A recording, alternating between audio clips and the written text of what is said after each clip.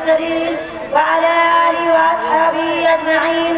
أما بعد، فقد قال الله تبارك وتعالى في القرآن المجيد والفرقان الحميد: أعوذ بالله من الشيطان الرجيم. بسم الله الرحمن الرحيم. إنا أنزلناه في ليلة مباركة إنا كنا منذرين فيها يفرق كل أمر حكيم.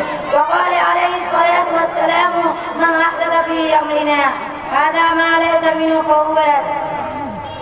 معزز سامعات اور میری پیاری بہنوں، توفیق خداوندی کا سہارا لے کر آپ لوگوں کے سامنے آ گیا ہوں. میں چاہتی ہوں کہ آج کی اس سہانی اور مقدس رات میں ماہ شعبان کی فضیلت کا تذکرہ کروں.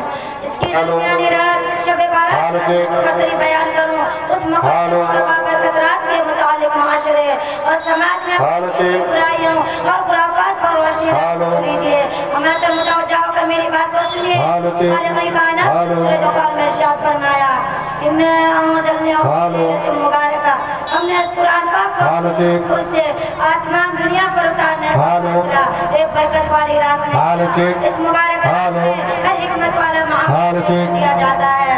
سرور کائنات صلی اللہ علیہ وسلم نے ارشاد فرمایا: جس نے دین اسلام اور مذہب اسلام میں چیز کو پیدا کیا، جس کا دل سے کوئی سروکار نہیں، تو وہ مردود ہے. معزز سامعات اور میری پیاری بہنوں، یہ مقدس رات اس مبارک مہینے کی رات ہے جس کے بارے میں شہنشاہ بطحہ تاجدار مدینہ احمد مجتبی محمد مصطفیٰ صلی اللہ علیہ وسلم نے ارشاد فرمایا: شعبان و شہری و رمضان و شہر اللہ. یہ شعبان میرا مہینہ ہے اور رمضان اللہ کا مہینہ ہے. ایک حدیث پاک میں فرمایا کہ شعبان میرا مہینہ ہے اور رمضان میری امت کا مہینہ ہے. مسلمانوں، یہی مبارک مہینہ ہے جس کے 15 رات کو شب بارات